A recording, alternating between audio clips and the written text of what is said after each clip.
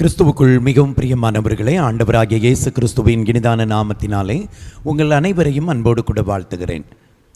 கர்த்தருடைய கிருபையும் சமாதானமும் அவர் அருளும் ஆசீர்வாதங்களின் நன்மையும் உங்களில் பெருக கடவுது. இந்த பரிசுத்த பவுலின் பரலோக பயணங்கள் என்கிற இந்த தியானத்தின் 39வது நாள் தியானத்திலே நீங்கள் இணைந்திருப்பது உங்களுக்கு மிகுந்த நன்மையாய் அமையும் என்பதில் சந்தேகமே இல்லை. கர்த்தருடைய பிள்ளைகளே, தொடர்ந்து இந்த நாள் தியானத்திற்குள்ளாக நாம் கடந்து செல்லலாம். நேற்றைய தினத்திலே நாம் தியானித்தோம். செசரியா பட்டணத்தில் இருக்கிற பொர்கியு பெஸ்துவின் அதிகாரத்தின் கீழ் இப்பொழுது பவுல் காவல் பண்ணப்பட்டிருக்கிறார். பொர்கியு பெஸ்துவை பார்க்கும்படியாய் வந்திருக்கிற அகிரிப்பா ராஜாவும் பெர்னிக்கேயாலும் இங்கே பவுலின் வார்த்தைகளை கேட்கும்படியாய் பிரயத்தனம் பண்ணுகிறார்கள். அதற்கான நாளை நியமிக்கிறார்கள். அப்போஸ்தலர் 25ஆம் அதிகாரம் அதனுடைய 23வது வசனத்தில் சொல்லப்பட்டிருக்கிறது, மறுநாளில் அகிரிப்பாவும் பெர்னிக்கேயாலும் மிகுந்த ஆடம்பரத்துடனே வந்து சேனாபதிகளோடும் பட்டணத்து பிரதான மனுஷரோடும் கூட நியாயஸ்தலத்தில் பிரவேசித்தார்கள். அகிரிப்பாவும் பெர்னிக்கேயாலும் மிகுந்த ஆடம்பரத்தோடு கூட நியாயஸ்தலத்தில் வந்து அமர்ந்திருக்கிறார்கள். அவர்கள் மாத்திரமல்ல, அந்த பட்டணத்தில் இருந்த சேனாபதிகளும் அந்த பட்டணத்து பிரதான மனுஷர்களும் அங்கே ஒன்று கூடி வந்திருக்கிறார்கள். எதற்காக என்றால், பவுலினிடத்தில் ஏதாவது குற்றம் உண்டா என்பதை கண்டுபிடிக்கும்படியாகவும், அது மாத்திரமல்ல, பவுலினிடத்தில் அவர் சொல்ல போகிற காரியங்களை தெரிந்து கொள்ள வேண்டும் என்பதற்காகவும் அங்கே ஒரு பெருங்கூட்டமாய் பவுல் பேசுகிறதை கவனித்துக் கொண்டிருக்கிறார்கள். அப்போஸ்தலர் நடபடிகள் 26ஆம் அதிகாரத்திற்கு நீங்கள் வருவீர்கள் என்று சொன்னால், அகிரிப்பா பவுலை நோக்கி, நீ உனக்காக பேச உனக்கு உத்தரவாகிறது என்றான். அப்பொழுது பவுல் கையை நீட்டி தனக்காக உத்தரவு சொல்ல தொடங்கினான். அங்கே அகிரிப்பா ராஜாவுக்கு முன்பாக பவுல் பேச ஆரம்பிக்கிறார். பேச்சை எப்படி ஆரம்பிக்கிறார் என்று பாருங்கள். அதனுடைய 2வது வசனத்தை பார்க்கும் பொழுது, அகிரிப்பா ராஜாவே, யூதர்கள் என்மேல் சாட்டுகிற சகல காரியங்களை குறித்தும் நான் இன்றைக்கு உமக்கு முன்பாக உத்தரவு சொல்ல போகிறபடினாலே என்னை பாக்கியவான் என்று எண்ணுகிறேன். இந்த வழக்குகள், குற்றச்சாட்டுகள், இந்த விசாரணைகள் பவுலினுடைய இருதயத்தை கொஞ்சம் கூட பாதிக்கவில்லை. அப்படி பாதித்திருந்தால் அகிரிப்பா ராஜாவுக்கு முன்பாக பவுல் நிச்சயமை படிப்பா இந்த பேச்சை ஆரம்பித்திருக்க மாட்டார். இவர் தெளிவாய், தைரியமாய், நல்ல ஒரு மனநிலையோடு கூட இங்கே தன்னுடைய வாக்கியங்களை எடுத்துரைக்க ஆரம்பிக்கிறார். அவருடைய பேச்சை பாருங்கள். இன்று என்மேல் சாட்டப்படுகிற இந்த சகல காரியங்களை குறித்தும் உமக்கு முன்பாக உத்தரவு சொல்ல போகிறபடியினால் என்னை நான் பாக்கியவான் என்று எண்ணுகிறேன். அகிரிப்பா ராஜாவே, உமக்கு முன்பாக நான் பேச போகிற இந்த நாள் எனக்கு ஒரு நல்ல ஒரு நாளாய் எடுத்துக்கொள்ளுகிறேன். உமக்கு முன்பாக நான் பேசுகிறபடியினால் என்னை பாக்கியவான் என்று எண்ணுகிறேன். காரணம், நான் இயேசு கிறிஸ்துவை உமக்கு முன்பாக சொல்ல போகிறபடியினால்.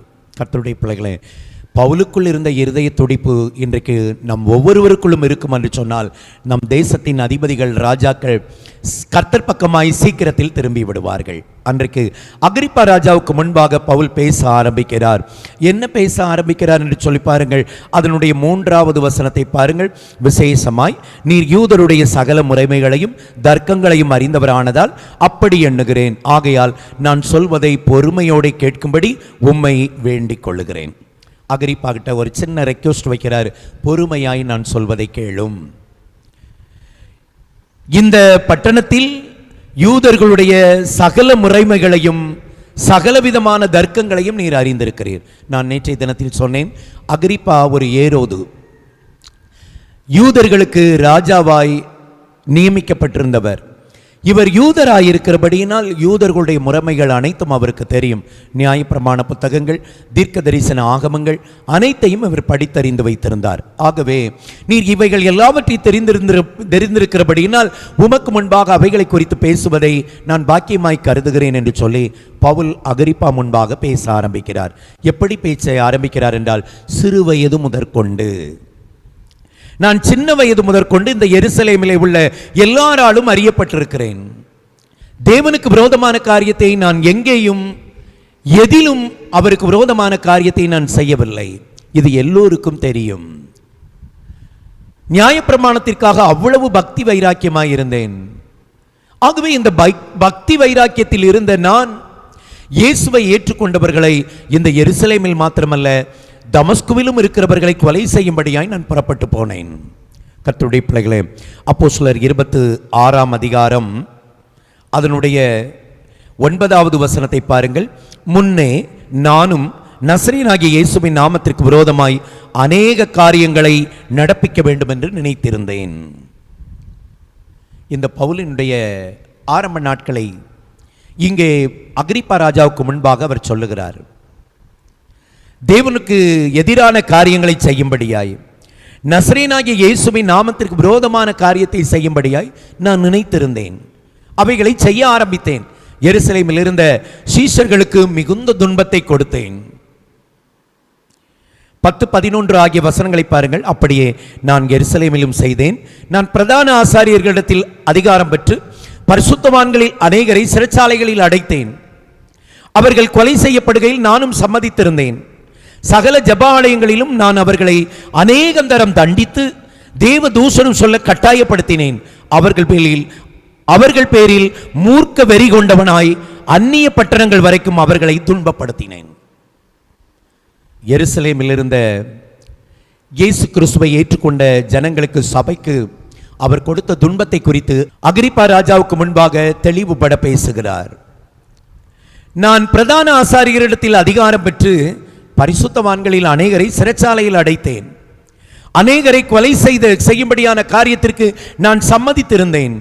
ஜெப ஆலயங்களில் சென்று அவர்களை அடித்து துன்புறுத்தினேன். மாத்திரமல்ல, தேவ தூஷணம் சொல்லும்படியாய் அவர்களை நிர்பந்தம் பண்ணினேன். சீசர்களை இயேசு கிறிஸ்துவின் நாமத்திற்கு விரோதமான காரியங்களை பேச வைக்கும்படியாய் தான் எதிராய் செயல்பட்ட காரியங்களை சொல்லுகிறார். இப்படிப்பட்ட காரியங்களை செய்த நான் எருசலேமில் இருந்து ஒரு நாள் தமஸ்குவுக்கு போய் கொண்டிருக்கும் பொழுது இந்த இயேசு என்னை சந்தித்தார்.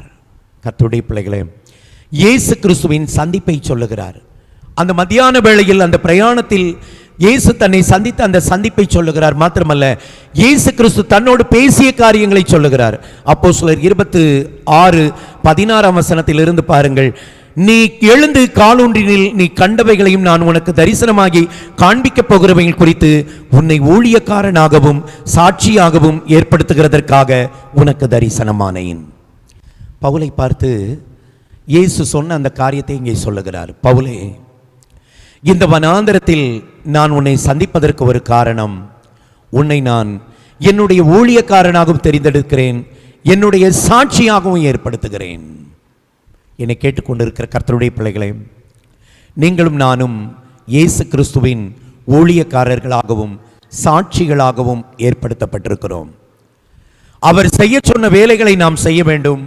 அவர்தான் கிறிஸ்து என்பதற்கு நாம் சாட்சிகளாய் வாழ வேண்டும். பவுலினிடத்தில் கர்த்தர் அந்த இரண்டையும் எதிர்பார்த்திருந்தார். அவர் அப்படியே வாழ்ந்து காட்டினார். நாமும் அவருடைய ஊழியக்காரர்களாகவும் அவருக்கு சாட்சியாகவும் வாழ்ந்து காட்டுவோம். வாழ கடமைப்பட்டிருக்கிறோம் கர்த்தருடைய பிள்ளைகளே. அது மாத்திரமல்ல, அதனுடைய தொடர்ச்சியை பாருங்கள். 17-18 வசனங்களை, உன் சுய ஜனத்தாரிடத்தினின்றும் அந்நிய ஜனத்தாரிடத்தினின்றும் உன்னை விடுதலையாக்கி அவர்கள் என்னை பற்றும் விசுவாசத்தினாலே பாவ மன்னிப்பையும் பரிசுத்தமாக்கப்பட்டவர்களுக்குரிய சுதந்திரத்தையும் பெற்றுக்கொள்ளும்படியாக அவர்கள் இருளை விட்டு ஒளியினிடத்திற்கும் சாத்தானுடைய அதிகாரத்தை விட்டு தேவனிடத்திற்கும் திரும்பும்படிக்கு நீ அவர்களுடைய கண்களை திறக்கும் பொருட்டு இப்பொழுது உன்னை அவர்களிடத்திற்கு அனுப்புகிறேன் என்றார். அகிரிப்பாவுக்கு முன்பாக தேவன் தம்மீது வைத்திருந்த திட்டத்தையும் அழைப்பையும் தெளிவுபட பேசுகிறார்.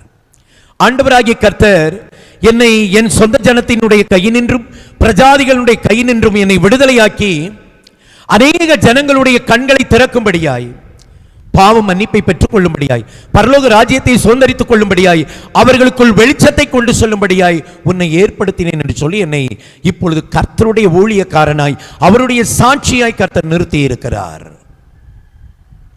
இதையெல்லாம் சொல்லிவிட்டு இயேசு கிறிஸ்துவை அங்கே அகிரிப்பா ராஜாவுக்கு முன்பாக அந்த பெஸ்துவின் அந்த ஆலோசனை நடைபெற்று கொண்டிருக்கிற இடத்தில் அவர் தெளிவாய் பேச ஆரம்பிக்கிறார். அப்போஸ்தலர் 26-22 பாருங்கள். தேவ அனுக்கிரகம் பெற்று நான் இந்நாள் வரைக்கும் சிறியோருக்கும் பெரியோருக்கும் சாட்சி கூறி வருகிறேன். கர்த்தருடைய பிள்ளைகளே, இயேசு கிறிஸ்துவை நாம் சிறியோருக்கும் பெரியோருக்கும் சாட்சி கூற கடமைப்பட்டிருக்கிறோம். சிறியவர்களுக்கு மத்தியிலும் நாம் கர்த்தரை சாட்சியிட வேண்டும். பெரியோர்களுக்கு மத்தியிலும் கர்த்தரை குறித்து நாம் சாட்சியிட வேண்டும். 23வது வசனத்தில் கிறிஸ்துவை குறித்து பேச ஆரம்பிக்கிறார். தீர்க்கதரிசிகளும் மோசேயும் முன்னமே சொல்லியிருந்தபடியே கிறிஸ்து பாடுபட வேண்டியதென்றும் மரித்தோர் உயிர்த்தெழுதலில் அவர் முதல்வராகி சுய ஜனங்களுக்கும் அந்நிய ஜனங்களுக்கும் ஒளியை வெளிப்படுத்துகிறவர் என்றும் சொல்லுகிறேனே அன்றி வேறொன்றும் நான் சொல்லுகிறதில்லை. அகிரிப்பா ராஜாவே, கிறிஸ்து பாடுபட வேண்டியதென்றும் மரித்தோரில் முதல் நபராய் அவர் எழுந்திருக்க வேண்டும் தீர்க்கதரிசிகள் தங்களுடைய தீர்க்க தரிசன புத்தகத்தில் எழுதியிருக்கிறார்கள் அல்லவா? ஆகவே அப்படியே தீர்க்க தரிசனத்தில் சொல்லப்பட்ட கிறிஸ்து இயேசுதான் என்பதை சொல்கிறேனே தவிர வேறொன்றும் அல்ல. இந்த இயேசுதான் கிறிஸ்து, தீர்க்கதரிசிகள் முன்னுரைத்த நபர் இவர்தான் என்பதை அவர்களுக்கு சொன்னேன், இப்பொழுது உமக்கும் சொல்லுகிறேன் என்று அந்த இடத்தில் கிறிஸ்துவை அவர்களுக்கு வெளிப்படுத்துகிறார். கர்த்தருடைய பிள்ளைகளை, இதுவரையிலும் பொறுமையாய் இந்த வார்த்தைகளை அகிரிப்பா ராஜாவும் பெர்னிக்கேயாலும் கேட்டுக்கொண்டிருக்கிறார்கள். அருகாமையில் பொர்கி பெஸ்து கேட்டுக்கொண்டிருக்கிறார். இந்த வார்த்தை வரைக்கும் கேட்டுக்கொண்டிருந்த பெஸ்து இப்பொழுது உரத்த சத்தமாய் ஒரு காரியத்தை சொல்லுகிறார். 24வது வசனத்தை பாருங்கள். பெஸ்து உரத்த சத்தமாய், பவுலை நீ பிதற்றுகிறாய், அதிக கல்வி உனக்கு பைத்தியம் உண்டாக்கி இருக்கிறது என்று சொல்லி அங்கே பவுல் பேசியதுக்கு எதிரிட்டு குறுக்கிட்டு அதை எதிர்த்து பேசுகிறான். உடனே பவுல் பெஸ்துவுக்கு பதில் கொடுக்கிறார். நான் பைத்தியக்காரன் அல்ல, நான் பைத்திய நிலையில் நின்று நான் இங்கே பிரசங்கிக்கவில்லை, நான் உங்கள் மத்தியில் இயேசுவை சொல்லவில்லை, நான் சுய புத்தி உள்ளவன். 25வது வசனத்தை பாருங்கள். கனம் பொருந்திய பெஸ்துவே, நான் பைத்தியக்காரன் அல்ல, நான் சத்தியமும் சொஸ்த புத்தியும் உள்ள வார்த்தைகளை பேசுகிறேன். ஏதோ மைண்ட் டிஸ்டர்பன்ஸ்ல நான் பேசல, மனக்குழப்பத்தில் நான் பேசல, நான் அறிந்து தெரிந்து புரிந்து கொண்ட அழுத்தமாய் நான் நம்புகிற சத்தியத்தை நான் சொல்லிக் கொண்டிருக்கிறேன். இயேசுதான் கிறிஸ்து என்பதை இங்கே நான் உறுதிபட கூறுகிறேன் என்று அழுத்தமிடுகிறார்.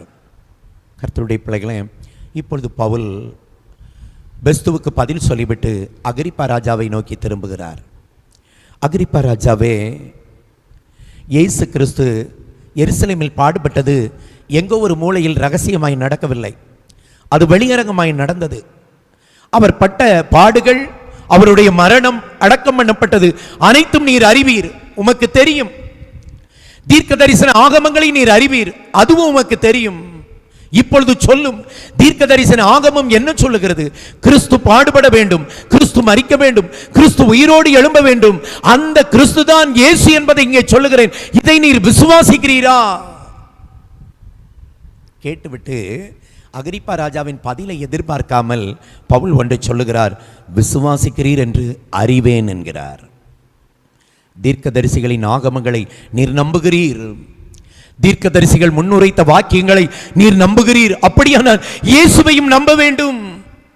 கிறிஸ்து பாடுபட வேண்டும் என்று சொல்லி எழுதியிருக்கிறார்களே, இயேசு எருசலேமில் பாடுபட்டார். கிறிஸ்து மரிக்க வேண்டும் என்று எழுதப்பட்டிருக்கிறதே, இயேசு சிலுவையிலே மரித்தார். கிறிஸ்து அடக்கம் பண்ணப்பட்டு உயிரோடு எழும்ப வேண்டும் என்று எழுதப்பட்டிருக்கிறதே, இயேசு கிறிஸ்து மரித்து அடக்கம் பண்ணப்பட்டு 3ஆம் நாள் எழுந்திருக்கிறார். இதை கேட்டவுடனே அகிரிப்பா பவுலை பார்த்து சொல்லுகிறார், பவுலே, நீ கொஞ்சம் குறைய என்னை கிறிஸ்தவன் ஆக்குகிறதற்கு நீ முயற்சி எடுக்கிறாய், என்னை கிறிஸ்தவன் ஆக்குகிறதற்கு சம்மதிக்க பண்ணுகிறாய் என்று சொல்லி பவுலிடத்திலே பேசிக்கொண்டிருக்கிற நேரத்தில் பவுல் சொல்லுகிறார், கொஞ்சம் குறைய அல்ல. அகிரிப்பா ராஜாவே, நீர் சொல்லுகிறபடி கொஞ்சம் குறைய அல்ல, என்னை போல இந்த கட்டுகள் தவிர, என்னை கட்டி இப்பொழுது உங்கள் முன்பாக நிறுத்தி இருக்கிறார்களே, இந்த கட்டுகள் தவிர முழுவதுமாய் என்னை போல நீர் மாற வேண்டும் என்று சொல்லி நான் எதிர்பார்க்கிறேன், ஆசை கொள்கிறேன். சொன்னவுடன் தானே அந்த இடத்திலிருந்து அகிரிப்பா ராஜா, பெர்னிக்கேயால், பெஸ்து எல்லோரும் வெளியே செல்லுகிறார்கள். தனியாக சென்று ஒருவருக்கொருவர் பேசிக் கொள்ளுகிறார்கள். என்ன பேசுகிறார்கள்? இந்த மனிதன் குற்றமற்றவன், இந்த மனிதனிடத்தில் ஒரு தவறும் இல்லை, இவன் இயேசுவை சொல்லுகிறான், அவ்வளவுதான், யாருக்கும் இவன் தீங்கிழைக்கவில்லை. அப்பொழுது அகிரிப்பா ராஜா பவுல் உண்மையுள்ளவன் என்பதை கண்டுபிடித்துவிட்டு ஒன்றை சொல்லுகிறார். பவுல் ராயனுக்கு அபயமிடாதிருந்தானால் விடுதலை செய்திருக்கலாம், ஆனால் ராயனுக்கு அபயமிட்டிருக்கிறபடியினால், ராயனுக்கு முன்பாக நான் நிற்க வேண்டும் என்று சொல்லுகிறபடியினால் அவரை நாம் இத்தாலி அனுப்புகிறோம் என்று சொல்லி பவுலை செசரியா பட்டணத்திலிருந்து இத்தாலியா தேசத்திற்கு அனுப்புவதற்கு முயற்சி எடுக்கிறார்கள். அப்போஸ்தலர் நடபடிகள் 27ஆம் அதிகாரத்தை பாருங்கள். முதல் வசனம் இப்படி சொல்கிறது, நாங்கள் இத்தாலியா தேசத்திற்கு கப்பல் ஏறி போகும்படி தீர்மானிக்கப்பட்ட போது. பவுலை இத்தாலியா தேசத்திற்கு கப்பலிலே அனுப்புவதற்கு அங்கே தீர்மானம் செய்கிறார்கள். பவுலையும் அவரோடு கூட காவலில் வைக்கப்பட்டிருந்த சிலரையும் வேறு சிலரையும் அகஸ்து பட்டாளத்தைச் சேர்ந்த யூலியு என்று சொல்லக்கூடிய பெயர் கொண்ட நூற்றுக்கு அதிபதியோடு கூட அங்கே அனுப்பி வைக்கிறார்கள். கர்த்தருடைய பிள்ளைகளே, இந்த யூலியு நூற்றுக்கு அதிபதி என்று சொல்லப்படுகிறது. இவர் அகஸ்து பட்டாளத்தை சார்ந்தவர். அப்போஸ்தலர் 10ஆம் அதிகாரத்தில் கொர்நேலியு என்று சொல்லக்கூடிய நூற்றுக்கு அதிபதியை குறித்து சொல்லப்பட்டிருக்கிறது. அந்த நூற்றுக்கு அதிபதி அவர் இத்தாலியா பட்டாளத்தை சார்ந்தவர். இந்த நூற்றுக்கு அதிபதியாகிய யூலியு இவர் அகஸ்து பட்டாளத்தை சார்ந்தவர். இத்தாலியாவில் இந்த ரோம் ஆட்சியில் 10 பட்டாளங்கள் இருந்தது. ஒரு பட்டாளத்திற்கு 480 போர் வீரர்கள் இருப்பார்கள். ஒவ்வொரு பட்டாளத்திற்கும் ஒவ்வொரு பெயர்கள் உண்டு. இந்த நூற்றுக்கு அதிபதி யூலியு இருக்கிற பட்டாளத்திற்கு பெயர் அகுஸ்து. அகுஸ்து என்று சொன்னால் ரோம பேரரசர்களில் முதல் மன்னன் அகுஸ்து. அந்த மன்னனுடைய பெயரில் இந்த பட்டாளம் இருக்கிறது. இந்த பட்டாளத்தில் நூற்றுக்கு அதிபதியாக இருக்கிற இந்த யூலியு வசத்தில் பவுலும் இன்னும் வேறு சில கைதிகளையும் ஒப்பு கொடுத்து இத்தாலியாவிற்கு கொண்டு போகிறார்கள். 2ஆம் வசனம் சொல்கிறது, அதிரமத்தியம் ஊர் கப்பலில் ஏறி நாங்கள் ஆசியா நாட்டு கரைபிடித்து ஓட வேண்டும் என்று நினைத்து புறப்பட்டோம். மக்கதோனியா தேசத்து தெசலோனிக்கை பட்டணத்தை சார்ந்த அரிஸ்தர்க்கு எங்களோடு கூட இருந்தார். ஆரம்பத்தில் மக்கதோனியாவிலிருந்து வழித்துணையாக 7 பேர் வந்தார்கள் அல்லவா? அதில் ஒருவராகிய அரிஸ்தர்க்கு இப்பொழுது பவுலோடு கூட ரோம் கடந்து செல்லும்படியாய் அந்த கப்பலிலே பவுலோடு கூட பிரயாணப்பட்டு கொண்டிருக்கிறார். 3வது வசனத்தை பாருங்கள். சீதோன் என்கிற துறையை போய் சேர்ந்தோம். யூலியு பவுலை பட்சமாய் நடப்பித்தான். இந்த நூற்றுக்கு அதிபதியின் கண்களில் பவுலுக்கு தயவு கிடைத்தது. ஹல்லேலூயா. ஒரு கர்த்தருடைய பிள்ளை தேவனோடு சரியான நிலையில் இருக்கும் பொழுது அவர்கள் எங்கு சென்றாலும் அங்கே அவர்களுக்கு நன்மைக்கேதுவான ஒரு சில நபர்களை கர்த்தர் எழும்ப பண்ணுவார். யோசேப்பிற்கு எப்படி போத்திபார் கண்களில் தயவு கிடைத்ததோ, சிறைச்சாலைக்காரன் கண்களில் தயவு கிடைத்ததோ, பார்வோனுடைய கண்களில் தயவு கிடைத்ததோ, அப்படி போல பவுலுக்கு இந்த நூற்றுக்கு அதிபதி கண்களில் தயவு கிடைக்கிறது. கர்த்தருடைய பிள்ளைகளை, நீங்கள் கர்த்தருக்கு உண்மையாய் நடப்பீர்கள் என்றால் நீங்கள் எதிர்கொள்கிற பிரச்சனைகளில் உங்களுக்கான தயவு செய்கிற நபர்களை கர்த்தர் எழுப்பி தருவார். இப்பொழுது இந்த யூலியு இந்த பவுலின் பட்சமாய் இருந்து அவருடைய கொஞ்சம் அந்த காவலில் இருந்து ஃப்ரீ மைண்டா இருக்கும்படியாக அவருடைய சிநேகிதர்களிடத்திலே போய் பராமரிப்படையும்படி உத்தரவு கொடுக்கிறார். இந்த சீதோன் பட்டணத்தில் இருக்கிற சிநேகிதர்கள் நண்பர்களிடத்தில் போய் கொஞ்சம் பராமரிப்படையும்படி அனுமதி கொடுக்கிறார். அடுத்து அவர்கள் அவ்விடம் விட்டு புறப்பட்டு எதிர்காற்றாய் இருந்தபடியினால் சீப்புரு தீவுக்கு அருகாமையில் சென்று அந்த ஒதுக்கிலை கடந்து போய் சிலிசியா பம்பிலியா நாடுகளின் கடல் வழியாய் கடந்து லீசியா நாட்டு மீரா பட்டணத்தை வந்து சேருகிறார்கள். லீசியா நாட்டில் உள்ள மீரா பட்டணத்தை வந்து சேருகிறார்கள். இந்த மீரா பட்டணத்தில் அவர்கள் இருக்கும் பொழுது அங்கே கப்பல் மாறி ஏறுகிறார்கள். ஆரம்பத்தில் அவர்கள் ஏறிய அதிரமத்தியம் ஒரு கப்பலில் வந்தாங்கல்ல, அவர்கள் இப்பொழுது மீரா பட்டணத்தில் அந்த கப்பலிலிருந்து வேறு கப்பல் ஏறுகிறார்கள். அலெக்சாந்திரியா பட்டணத்து கப்பலில் ஏறுகிறார்கள். அதில் ஏறி அவர்கள் பிரயாணப்படுகிற நேரத்தில் கடுமையான காற்று எதிர்த்து நிற்கிறது. ஆகவே டிராவல் மெதுவாக, அந்த கப்பல் மெதுவாய் பயணித்து கொண்டிருக்கிறது. 7வது வசனத்தை பாருங்கள். காற்று எங்களை தடுத்தபடியினால் நாங்கள் அநேக நாள் மெதுவாய் சென்று வருத்தத்தோடே கினீது பட்டணத்திற்கு எதிரே வந்து சல்மோனை ஊருக்கு எதிராய் கிரேத்தா தீவின் ஒதுக்கிலே ஓடினோம். கிரேத்தா தீவின் பக்கத்தில் அதை ஒட்டிய நிலையில் அவர்கள் வருகிறார்கள். அப்படி வந்த பொழுது அதிக வருத்தத்தோட அதை கடந்து நல்ல துறைமுகம் எண்ணப்பட்ட இடத்திற்கு வந்தோம். நல்ல துறைமுகம், அந்த பட்டணத்துக்கு வர்றாங்க. லசேய பட்டணம் அதற்கு பக்கத்தில் இருக்கிறது.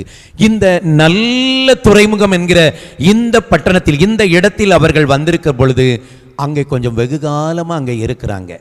ஏன்னு கேட்டால் எதிர்காற்று அதிகமாக இருக்கிறது.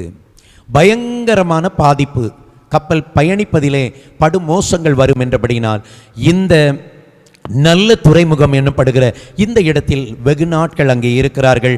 உபவாச நாட்கள் முடிகிறது. கர்த்தருடைய பிள்ளைகளே, யூதர்கள் தங்களுக்கென்று வருடத்திற்கு ஒரு உபவாச நாட்களை ஏற்படுத்தி வைத்திருந்தார்கள். கிறிஸ்தவர்கள் லெந்து நாட்கள் என்று வைத்திருக்கிறார்கள். இஸ்லாமியர்கள் கூட நோன்பு எடுக்கிறார்கள் அல்லவா? அப்படி போல யூதர்கள் தங்களுக்கென்று உபவாச நாட்களை ஏற்படுத்தி வைத்திருந்தார்கள். அந்த உபவாச நாட்களும் முடிகிறது. இப்படி முடியும் பொழுது இனி யாத்திரை, கப்பல் யாத்திரை செய்கிறது மோசத்திற்கு ஏதுவானது என்று பவுல் அறிந்து எச்சரிக்கிறான். நூற்றுக்கு அதிபதியின் இடத்திலே போய் சொல்லுகிறான், இந்த கப்பல் யாத்திரை நம்முடைய உயிருக்கு ஆபத்தாய் அமைந்துவிடும். ஆகவே இந்த துறைமுகத்தில் இன்னும் கொஞ்சம் நாட்கள் நாம் தங்கி இருப்பது நல்லது. நாம் தொடர்ந்து பயணிப்போம் என்று சொன்னால் ஜீவனுக்கு வருத்தமும் மிகுந்த சேதம் உண்டாகிவிடும். ஆகவே இங்கிருந்து போக வேண்டாம் என்று சொன்ன பொழுது நூற்றுக்கு அதிபதி சம்மதிக்கவில்லை. நூற்றுக்கு அதிபதி பவுலின் வார்த்தையை சம்மதிக்காமல் மாலுமி சொல்லுகிறான், அதெல்லாம் ஒன்றும் இல்லை, நாம் போய்விடலாம் என்று சொல்லி மாலுமி சொன்னபடியினால் நூற்றுக்கு அதிபதி பவுலின் வார்த்தையை பார்க்கிலும் மாலுமியின் வார்த்தையை நம்பி அவர்கள் பயணப்படுகிறார்கள். இந்த நல்ல துறைமுகத்திலிருந்து அவர்கள் பயணம் செய்கிறார்கள். கர்த்தருடைய பிள்ளைகளை, இப்படியாக பயணம் செய்து கொண்டிருந்த அந்த பயணத்தின் கொஞ்ச நாட்கள் தென்றல் அடித்தபடியினால் அவர்கள் மெதுவாக அவர்கள் காரியம் கைகூடி வந்தது. நாம் சீக்கிரமாய் போய் சேர வேண்டிய இடத்திற்கு போய் சேரலாம் என்று சொல்லி பிரயத்தனம் பண்ணி கொண்டிருக்கும் பொழுது யூரோக்ளிதோன் என்கிற ஒரு பயங்கர காற்று ஒன்று எதிர்கொள்ளுகிறது. அப்போஸ்தலர் 27ஆம் அதிகாரம் அதனுடைய 14 பாருங்கள். கிரேத்தா தீவிற்கு அருகாமையில் அவர்கள் வரும் பொழுது தென்றல் மெதுவாய் அடித்துக் கொண்டிருந்த அந்த சூழ்நிலை தலைகீழாய் மாறி கொஞ்ச நேரத்துக்குள்ள யூரோக்ளிதோன் என்னும் கடுங்காற்று அதில் மோதிற்று. கப்பல் அதில் அகப்பட்டு கொண்டு காற்றுக்கு எதிர்த்து போகக்கூடாதபடியினால் காற்றின் போக்கிலே கொண்டு போகப்பட்டோம். இப்போ அவங்க நினைக்கிற பாதையில் அவங்க பயணிக்க முடியவில்லை. பயங்கரமான யூரோக்ளிதோன் என்கிற அந்த புயல் காற்று மோதியபடியினால் இப்பொழுது அந்த கடல் அலை காற்று கப்பலின் திசையை தன்வசப்படுத்தி விட்டது. அவர்கள் தாங்கள் பயணப்பட வேண்டிய பாதையில் பயணிக்க கூடாதபடி இந்த கப்பலானது காற்றின் திசையில் அது கொண்டு செல்லப்பட்டது. கர்த்தருடைய பிள்ளைகளே, இப்படியாக இந்த பயங்கரமான கப்பல் பிரயாணத்தை கடந்து பவுல் இத்தாலியை போய் சேருகிறார். தொடர்ச்சியான காரியங்களை நாம் நாளைய தினத்தில் தியானித்து கர்த்தருடைய ஆசீர்வாதத்தை பெற்றுக்கொள்வோம். கர்த்தருடைய பிள்ளைகள், இந்த நாள் தியானத்திலிருந்து நீங்கள் அறிந்து கொள்ள வேண்டிய ஒன்று, பவுல் அகிரிப்பா ராஜாவுக்கு முன்பாக அவர் தைரியமாய் பேசினாரே, அதை உங்கள் நினைவில் வைத்துக் கொள்ளுங்கள். அகிரிப்பா ராஜாட்ட சொன்னார்ல, நான் சிறியோருக்கும் பெரியோருக்கும் சாட்சியாக இருக்கிறேன். பிரஜாதிகளுக்கு மத்தியில் அவர்களுடைய கண்களை திறக்கும்படியாக பாவ மன்னிப்பையும் பரலோக ராஜ்யத்தையும் அவர்கள் பெற்றுக்கொள்ளும்படியாக நான் இங்கே நிறுத்தப்பட்டிருக்கிறேன். கர்த்தருடைய பிள்ளைகளே, பவுலுக்குள் இருந்த வைராக்கியம் உங்களுக்குள்ளும் இருக்கும் என்று சொன்னால் கர்த்தருடைய நாமம் பவுலை கொண்டு மகிமைப்பட்டது போல உங்களை கொண்டு மகிமைப்படும். நாம் ஜபிக்கலாமா? கர்த்தருடைய சமூகத்தில் நாம் ஒருமனப்பட்டு ஜபிப்போம். நல்ல பிதாவே, உமக்கு ஸ்தோத்திரம் ஐயா. நாங்கள் ஆராதிக்கிற இயேசு கிறிஸ்துவே உமக்கு ஸ்தோத்திரம். பரிசுத்த ஆவியானவரை உம்மை துதிக்கிறோம். பரிசுத்த பவுலின் பரலோக பயணத்தின் 39வது நாள் தியானத்தை கேட்டு என்னோடு இணைந்து ஜபித்து கொண்டிருக்கிற அருமையான கர்த்தருடைய பிள்ளைகளுக்காக உம்முடைய சமூகத்தில் வருகிறோம் ஆண்டவரே. கர்த்தாவே, பவுலை அன்றைக்கு பிரஜாதிகளுக்கு மத்தியில் அவர்களுடைய அறியாமை கண்களை திறக்கும்படியாய், அவர்களுக்கு பாவ மன்னிப்பையும் பரலோக ராஜ்யத்திற்கு போகும் வழியை கற்றுக் கொடுக்கும்படியாய், தெரியப்படுத்தும்படியாய் தெரிந்து கொண்டவர் இன்றைக்கு உம்முடைய பிள்ளைகளை தெரிந்தெடுத்திருக்கிறீர். இவர்கள் கண்கள் திறக்கப்பட்டது போல இவர்கள் மூலமாய் அநேகருடைய கண்கள் திறக்கப்படட்டும். பரிசுத்த பவுலை கொண்டு அன்றைக்கு எருசலேமிலும் பிரஜாதிகளுடைய பட்டணங்களிலும் தேசங்களிலும் நீர் எழுப்புதலை கட்டளையிட்டது போல ஆண்டவரே, இப்பொழுது ஜபித்துக் கொண்டிருக்கிற உம்முடைய பிள்ளைகளை கொண்டு இவர்கள் இருக்கிற பகுதியில் ஒரு பெரிய மாற்றத்தை உண்டு பண்ணும். அறியாமையினால் விக்கிரகத்தின் இருளுக்குள் சிக்கியிருக்கிற ஜனங்களை மெய் தேவனாகிய இயேசு கிறிஸ்துவின் வெளிச்சத்திற்குள் இவர்கள் ஜனங்களை கொண்டு வரட்டும் ஆண்டவரே. அதற்கேற்ற பலன், அதற்கேற்ற கிருபை, அதற்கேற்ற பரிசுத்தாவின் வல்லமை கர்த்தர் நிறைவாய் கட்டளையிடுவீராக ஆண்டவரே. பவுலுக்கு வாக்குரைத்தவைகள் அப்படியே நிறைவேறியது ராஜா. எருசலேமில் யூதர்களுக்கு மத்தியில் நிற்கிற அவருக்கு இத்தாலியாவில் உள்ள ரோம்ல ராயனுக்கு முன்பாக நிற்க வேண்டும் என்று சொல்லி நீர் முன்னுரைத்தது போலவே அவருடைய வாழ்க்கை பயணத்தில் அவர் நடந்தது ஆண்டவரே.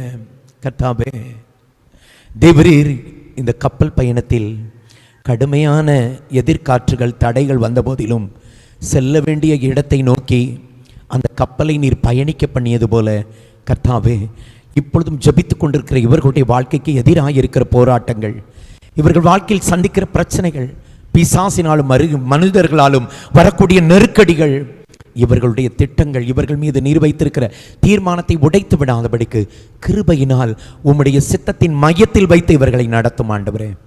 தேவரீர் ஒரு நாள் வரும் பொழுது உம்முடைய சமூகத்தில் இவர்கள் நிற்கும் பொழுது தங்களுடைய கடமைகள் எல்லாவற்றையும் செய்து முடித்தவர்களாய் ஜெயம் பெற்றவர்களாய் வந்து நிற்கட்டும் ஆண்டவரே. தேவரீர் இந்த விசுவாச ஓட்டத்திற்கான, இந்த ஊழிய பாதைக்கான அந்த பரிசு பொருளை பெற்றுக்கொண்டு உம்முடைய நாமத்தை இவர்கள் மகிமைப்படுத்தட்டும் ஆண்டவரே. அதுவரையிலும் உம்முடைய கிருபையும் பரிசுத்தாவின் வல்லமையும் இவர்களை விட்டு விலகாமல் இருந்து காத்துக்கொள்ளும்படியாய், வழி நடத்தும்படியாய், பலப்படுத்தும்படியாய், ஆசீர்வதிக்கும்படியாய் ஜெபிக்கிறேன். நீர் அப்படி செய்வீர் என்கிற நம்பிக்கையோடு உமக்கு ஸ்தோத்திரம் செலுத்துகிறேன். இயேசுவின் நாமத்தில் ஜெபம் கேளும் ஜீவனுள்ள நல்ல பிதாவே, ஆமேன், ஆமேன். என் அன்பு கர்த்தருடைய பிள்ளைகளே, பவுல் அன்றைக்கு எல்லா ஜனங்களுடைய அறியாமையும் நீக்கி கிறிஸ்துவின் வெளிச்சத்திற்கு நேராய் ஜனங்களை கொண்டு வந்தது போல உங்களை கர்த்தருக்கு ஒப்புக் கொடுங்கள். அநேகரை கிறிஸ்துவின் வெளிச்சத்திற்குள் கொண்டு வாருங்கள். பாவ மன்னிப்பையும் பரலோக ராஜ்யத்தையும் உங்கள் மூலமாய் அநேகர் பெற்றுக்கொள்ளட்டும். God bless you. கர்த்தர் உங்களை நிறைவாய் ஆசீர்வதிப்பாராக. ஆமேன், ஆமேன். தொடர்பு கொள்ள வேண்டிய எங்கள் முகவரி: பாஸ்டர் டி. இன்பகுமார், இயேசுவின் பிரசன்னம் ஊழியங்கள், கர்மேல் பர்வதம், பேய்க்குளம், தூத்துக்குடி மாவட்டம், Tamil Nadu, India. Pincode 642613.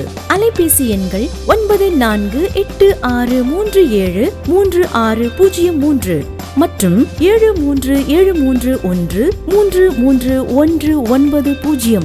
Our contact address: Pastor T. Inbakumar, Presence of Jesus Ministries, Karmel Mount, Peikulam, Tuticorin District, Tamil Nadu, India. Pin code 628613.